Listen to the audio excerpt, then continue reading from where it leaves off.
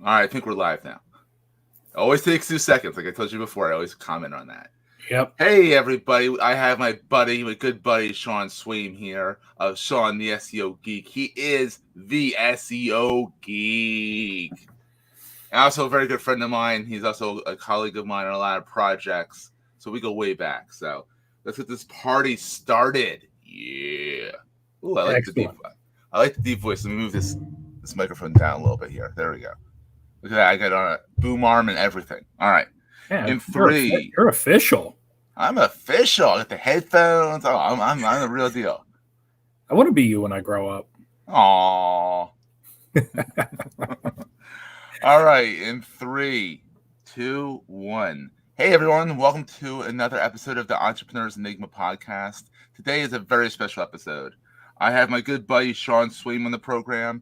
Shawn is the SEO Geek. Yes, he self-proclaimed. He calls himself that. He has the website, Shawn the SEO Geek. But you know what, to tell you the truth? After 2 or 3 years of knowing the guy, I know he's a geek, and he knows a crap ton about SEO. So put those two together, you have the SEO Geek. And he is chock full of knowledge. If you don't follow him on social media, we'll have all his socials in the show notes. The guy is the value he puts out there, just puts out in the world and just shares, is enormous. And it's, I guess maybe it's the big head thing, because if you look at me and him, we both have very big heads. But he has so much knowledge on the topic. And so let's talk a little bit about your background, Shawn. Who are you? And how did you get started in this whole crazy world? Thank you for having me on, Seth. My who am I? Who are you and why do we care? Who am I and why do you care? I mean, I kind of picked the name focused around the SEO Geek. Well, first off, because the Twitter handle was available, so that was a key driver there. But I've always kind of had that geeky streak where when I discover something and if I start to like it, I'm going all in. Like there is no middle ground with me. I don't passively like anything. I'm drilling in.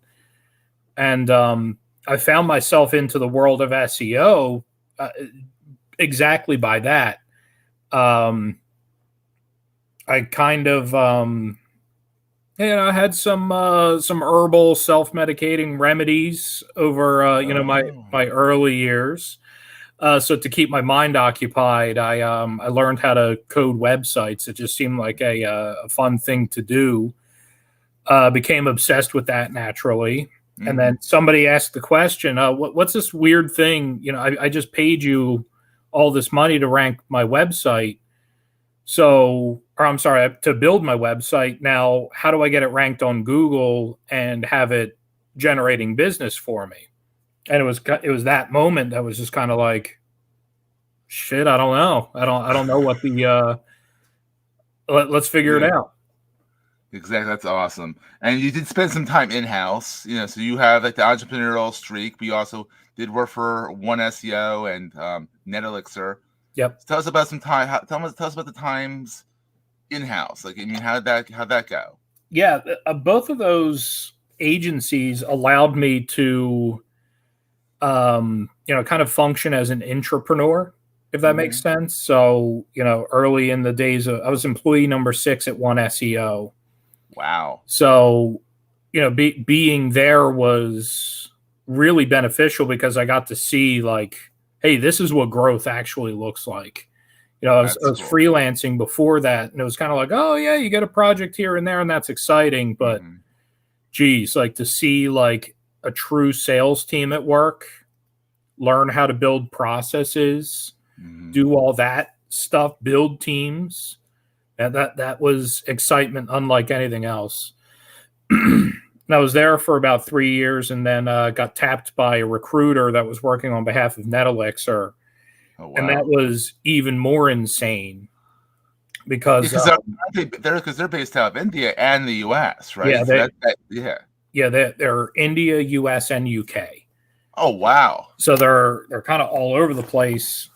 And by the time I came in, they were already a pretty large organization, 120 plus employees, several multi-million dollar contracts, like it was, they were moving and grooving before I got there, but they didn't offer SEO as a service. Oh, So wow. yeah, so just by, I guess, working with a really good recruiter, I got linked up with them and I helped them build out, that part of the business.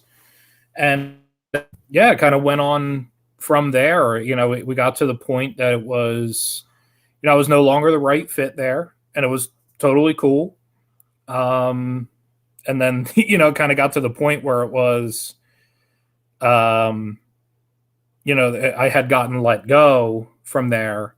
Mm-hmm. And I told my wife, Janine, I was like, you know what? It's either going to be that I'm hitting they let me go on a Friday.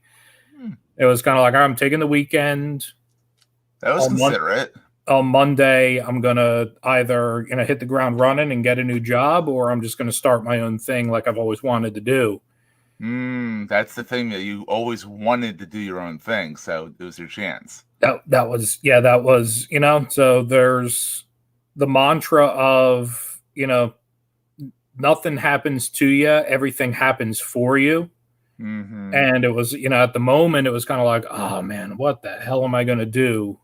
And then it was, no, this is what I've always wanted. It just, they made the decision for me.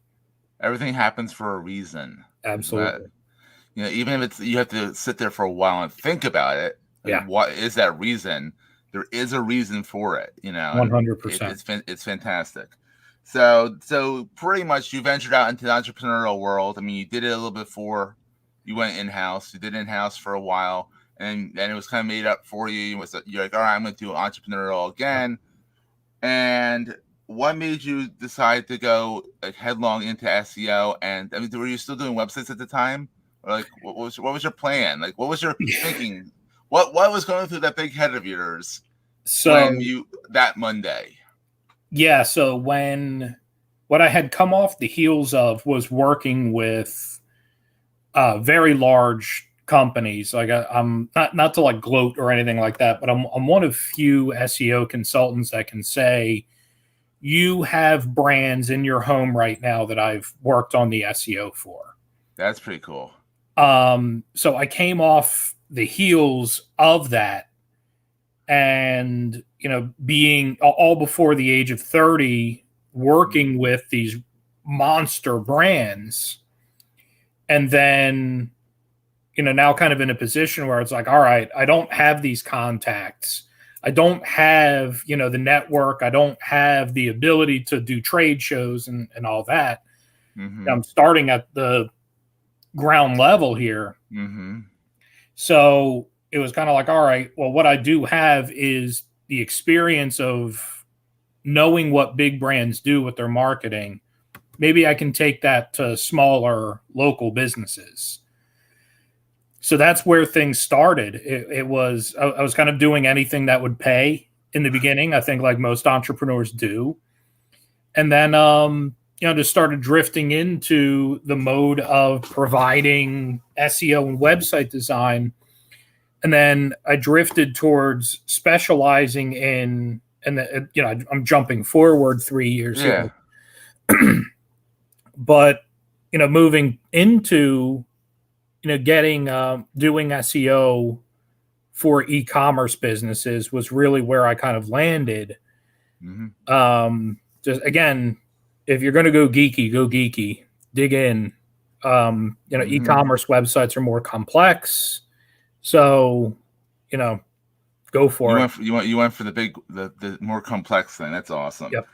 So what do you like? All right, here's a good question. What do you like about being an entrepreneur? What do you dislike? Well, the reason I love it is the reason I don't like it. And it is that the buck stops with you. You know what I mean? If you win, it's because you made yourself win. If you lose, it's because you made yourself lose. You know what I mean? So that there is, very profound, but yeah, it's on you, for better, for worse. That's awesome. Yeah, it's awesome and scary at the same time. Oh, for sure. so your sweet spot's e-commerce SEO, as I personally know, but like, with the SEO and PPC landscape kind of going crazy, I mean, it seems like Google's making up for lost time this year. I mean, 2020 they weren't doing much. They were doing stuff. I'm sure they were doing plenty, to keep themselves busy. But I mean, every week it seems like there's an algorithm update and just stuff like this. What is your view on Google's dominance, in the space? Like, because being that entrepreneur and also seeing, these ragtag, DuckDuckGo, a ragtag outfit, which is not really, but compared to Google, they are. Like, what's your view on like their dominance? I think that they lend a lot of their dominance to a couple factors. One being right place, right time. Like you think about every search engine that came before them, like you had to change which search engine you were using every 2 weeks because some nefarious SEO characters would get a site talking about Viagra ranked for roofer near me or something like that. So people had to jump from search engine to search engine, but then Google so they were on the heels of everyone being pissed off about other search engines. Mm-hmm. But then they just built a genuinely better product. So it was suddenly like, oh, you can't just, put random things up and get really bad results. So, and this was, of course, in 2003, 2004, that they really came into dominance. That's the dawn of high-speed internet.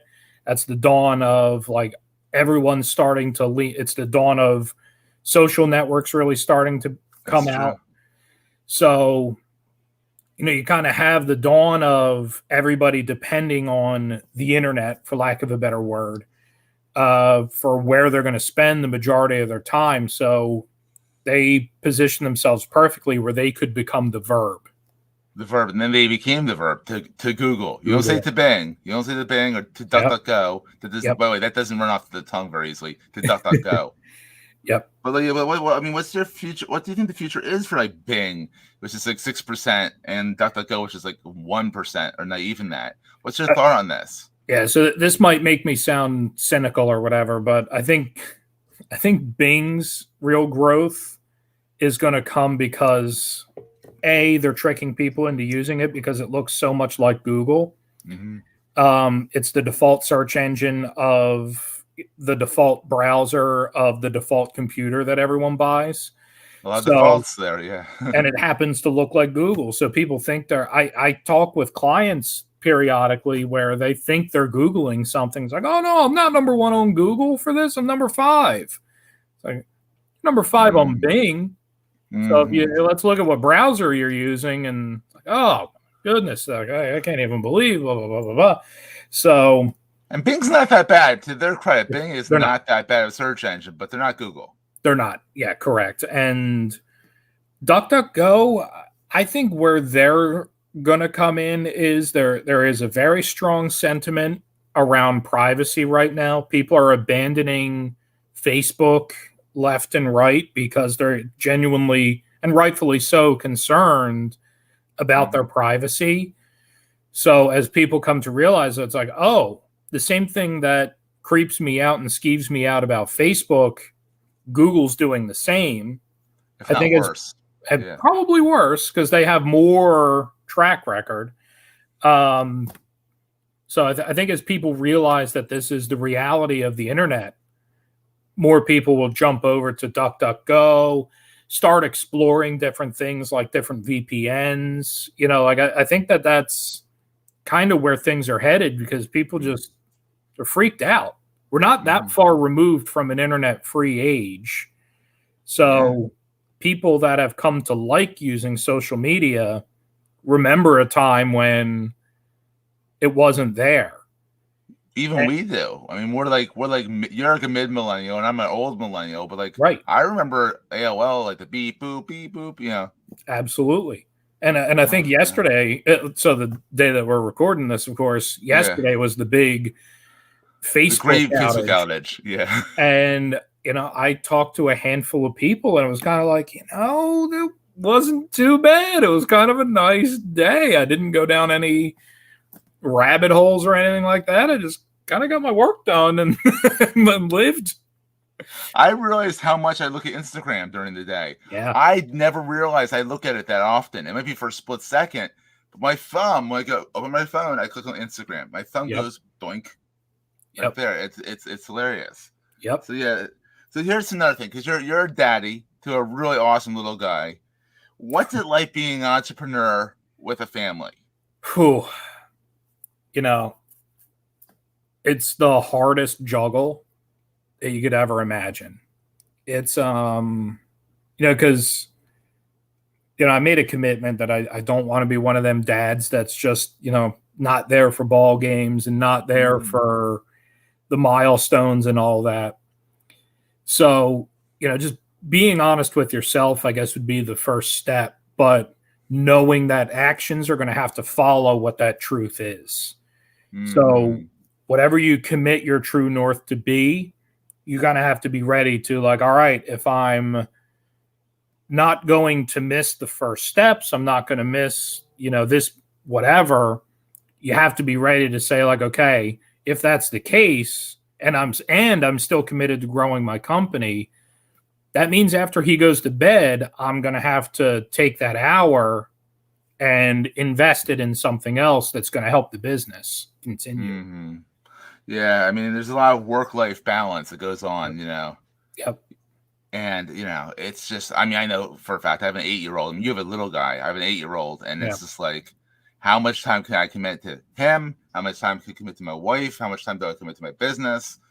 Well, I like to say my other spouse, my business, Yeah. Yep. It really is. I mean, I think sometimes the business is more demanding than the family. The family is accepting almost of like, oh, you have to work a little bit now. Yeah. Business doesn't accept it. The business is like, I need you now. Yeah. It's just interesting how that works. Yeah, and especially with what we do, where it's like, okay, yeah, you have the family aspect of it, but especially with what we do, where you're not just talking about your livelihood, you kind of have other people's livelihoods on the hook here too. Where it is like, this client, he is depending on you to get him results. So it's absolutely a lot to juggle. It's a lot to juggle. So Shawn, best place to find you. What is your favorite spot to be online where people can interact with you? I find myself a lot on Facebook. Dumb. Yeah, that's where I do most of my online hanging out. I'm mostly joking about different things. So he's funny, guys. He's funny. I enjoy him. I really am. I'm hilarious. Now that, yeah, so I'm open to friend requests and all that. So that's always cool. And I do see you on LinkedIn more and more lately. So that's true. Yeah, I've been trying to really expand outward with where I'm sharing stuff. So LinkedIn is definitely where you're going to get a lot of the tips, a lot of the advice that I just share. A little bit of snark over there, but more on Facebook. Yeah. Oh, you're going to get all the snark on Facebook. You might get 5% of the snark on LinkedIn. But it's good snark. So Shawn, this has been awesome. And, and also check out Shawn, the SEO Geek.com. We'll put it up on the screen right there. It's Shawn spelled phonetically, spelled the right way, not the Irish way. SHAWN. That's how you spell Shawn, people. I'm biased. But it's Shawn spelled the right way, SEOgeek.com. If you guys are loving the show, please give us a review in the directory of your choice. Podchaser is my new favorite because it's not attached to an ecosystem per se, and it's starting to get its own. And if you want to subscribe and you're hearing this on live stream and you want to hear a little bit more buttoned up version of this, you can go over to entrepreneursenigma.com, which will just bring you over to my website, and you can subscribe. All the buttons are over there. So, and Shawn, this has been so much fun. Thank you for coming on, buddy. Absolutely. Thank you for having me.